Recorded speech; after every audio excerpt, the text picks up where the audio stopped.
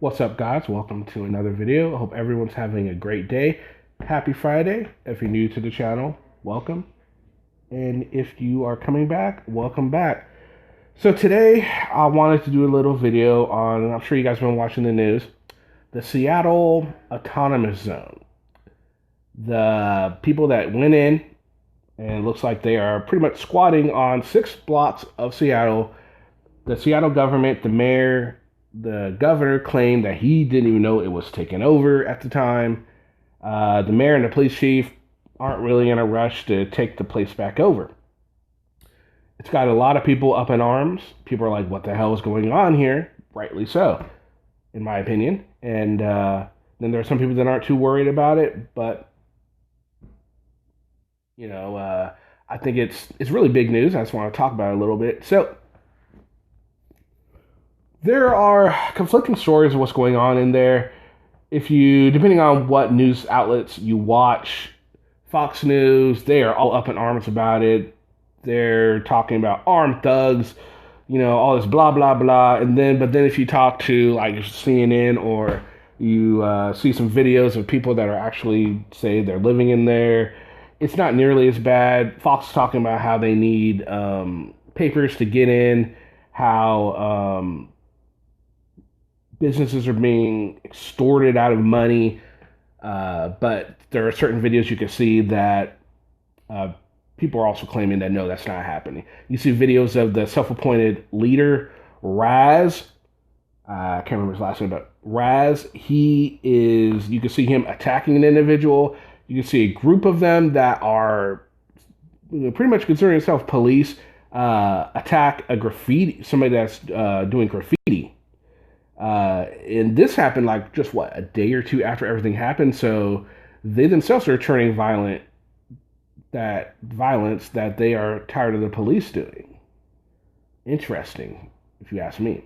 So anyway, with all this going on and all the different conflicting stories, I thought we need to get some people in there that can get the answers that we, the people, want.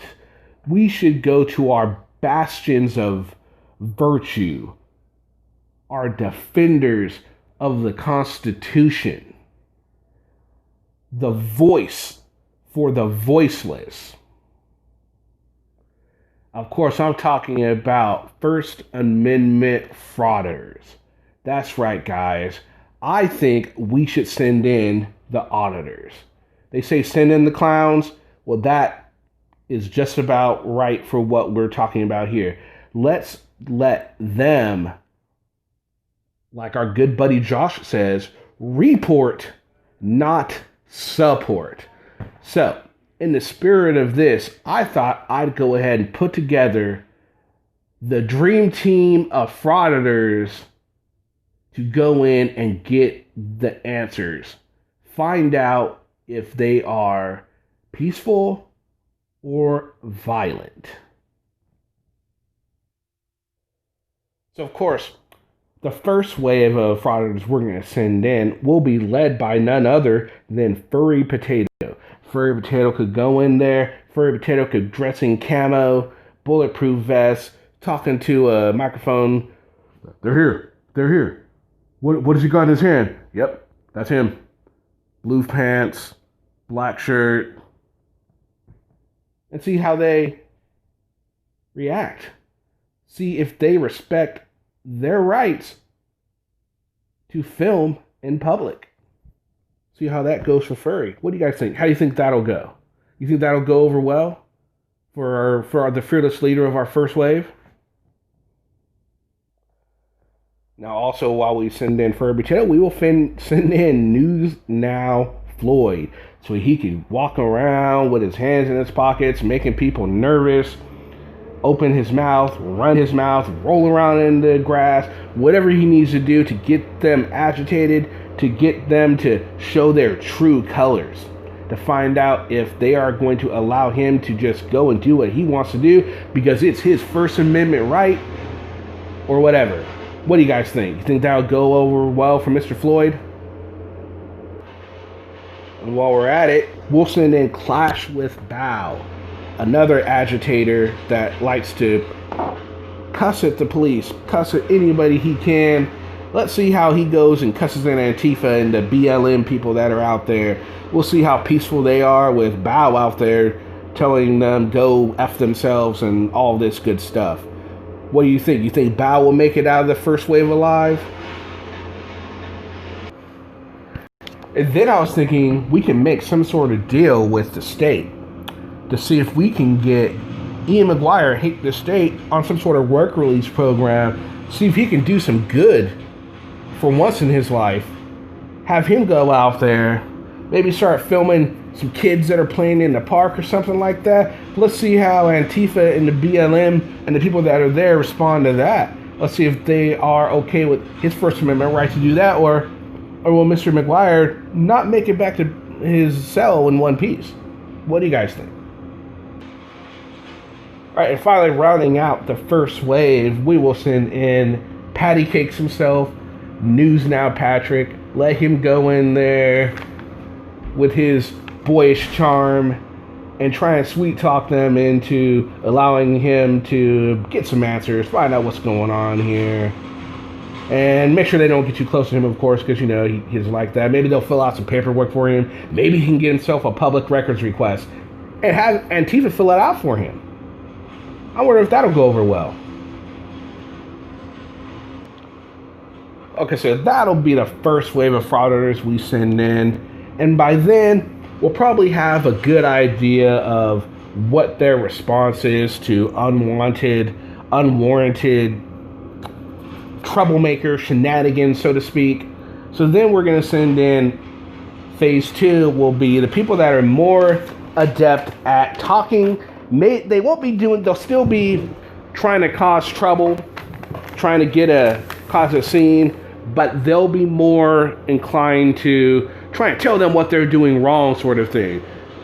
And I think you guys, just from that alone, can tell some of the people that might be in our second wave. Okay, this wave will be led by none other than the mouth of Boston, Joshua Misinformation Abrams himself, accountability for all. And of course, he'll go in there and he'll, hey guys, how's it going? So, what's going on here? I'm here to report, not support. So, what's going on here, guys? Can I come in? Oh, great. Oh, I can't come in? Oh, would you mind answering my questions? You work for me. What are you doing here? Come on now. Sort of thing. Let him do all that. Talk to the front gates people, and maybe they let him in, maybe they don't. And we all know he has no love for Antifa. So, of course, he'll probably be trying to stir some things up with Antifa. But then again, that's the whole point. They're trying to see how they react.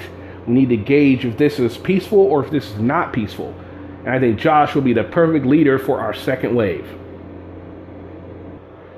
Now, forgive me, guys, I couldn't find a picture of this next guy, Freedom News Now. But here he is. He will be joining Josh. And if you've seen any of his audits, you'll see he likes to do the silent treatment. So where Josh will be very vocal, this guy will just be there filming. And then if something goes down, then he'll open his mouth and stuff like that.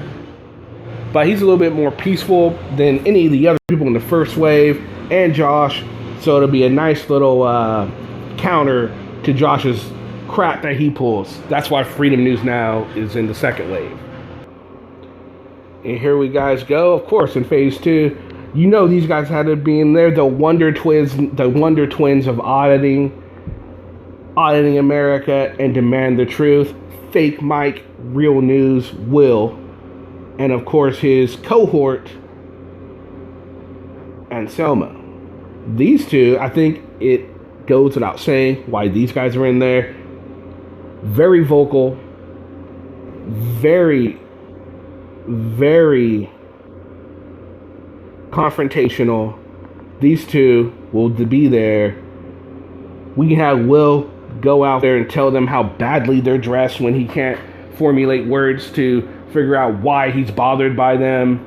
Maybe instead of talking about how they have too much makeup on, he'll go out there and say how, oh my goodness, you don't have enough makeup on, sort of thing. Oh, that's an ugly gun. You need to Buffett or something. Just something stupid that Will do. Have Will and Osama go out there, maybe try and get in and say, hey guys, this is a public street. We want to go in there and film your guys' post office. Or maybe he'll go to the library and try and film that. And then when they tell him no, and they cock their gun, he'll back off.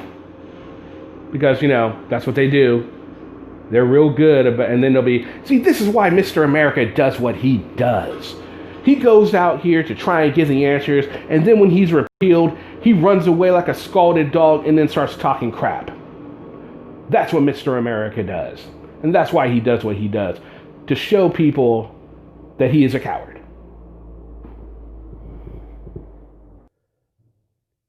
Okay, guys, and rounding out phase 2 of our little assault will be Chauncey Hollenberring. I can't remember the name of his channel, but this guy right here, he is supposedly has some training in legality and all that. I think he's like a 8 or something like that. But anyway, it's a law offices of Daddy and Master. This guy, yeah. So I think he'll be perfect. Send him in last of the second wave. Let him out there try and talk about all the legality, and maybe he can go in a Verizon store or maybe one of the fish and chip spots. Let him find out about if there's any extortion going on, if he can get through the front door. Which I'm sure he can sweet talk his way in and saying, yeah, the government sucks, blah, blah, blah, blah. He'll go in there and have him go in and find out about the extortion stuff's going on. Maybe he try and get some himself. Who knows? No, I shouldn't say that. But maybe he does. Who knows? And when phase 2 is all said and done, we will have an even greater picture. And then Mr. Josh can go into the Army's intelligence division or the Navy's or wherever he goes, and he can give them the information that that second wave comes away with, the threat assessment, find out, and they can have a better plan of what to do, let them stay, or immediately go in and take care of this situation. And then the final wave will come in where this final wave is all about talking. It's all about trying to come up with a solution, but yet remain firm, remain in control of the whole situation. That's why we are picking these frauditors. All right, so this third wave will be led by James Freeman. The reason James Freeman is in here is because he seems to be an auditor that some people, even on this channel, respect. Not everyone does, but he does command some sort of respect in the auditing community. Maybe not by a lot of people on here, but as an auditing community in a whole, he kind of has that. So that's why he's going to lead this wave and try and get some answers. And I see some of his stuff. He can be charismatic. He can be informational.